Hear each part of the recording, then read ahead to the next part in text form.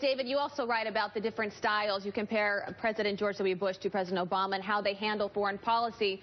President Bush being very decisive and making a decision and just going with it, compared to President Obama, who is very reactionary. He likes to think on it, get all the information, take a number of meetings before he makes that decision.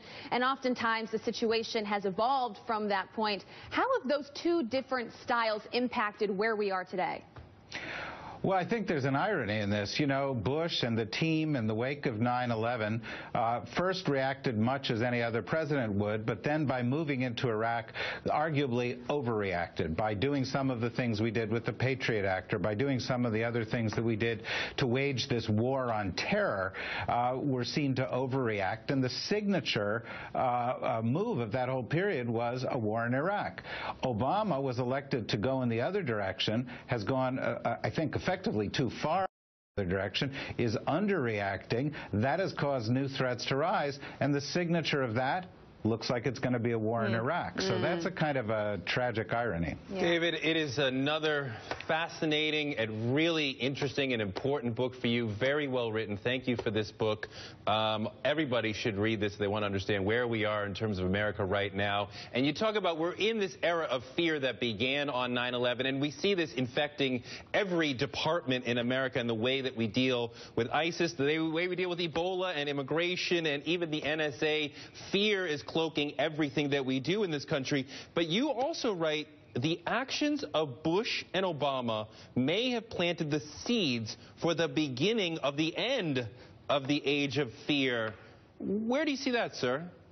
Well, perhaps it's wishful thinking, but if you look, you know, we swung one way, we swung back too far the other way. I think history shows that when those two things happen, people try to seek the middle.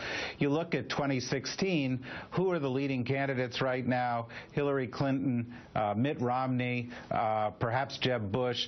All of those candidates are much more to the center, and I think that's much more where the appetite of the American people are, at least on these issues.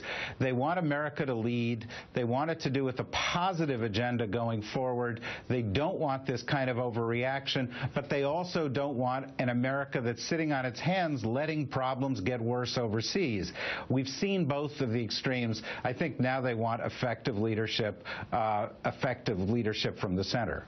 David, is our government, is our military set up to respond to these rising threats with the sort of flexibility that the situation calls for? Look, we have the most capable military in the world. We are the only country on the planet Earth that can wage a war in space, on land, on sea, and in the air. We project force anywhere we want to on the planet.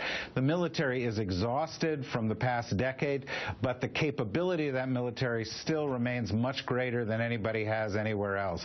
I think what the military needs is clear leadership from the civilian side of the government, leadership that is not reactive but actually is in pursuit of a strategy.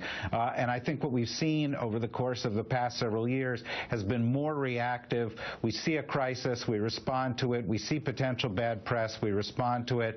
And when we try to articulate a strategy, as the president did with regard to ISIS, we don't really get fully to where we identify our goals, the outcomes, who's really going to help us do the heavy lifting, and how we're going to get there. Yeah, and those problems may leave some Americans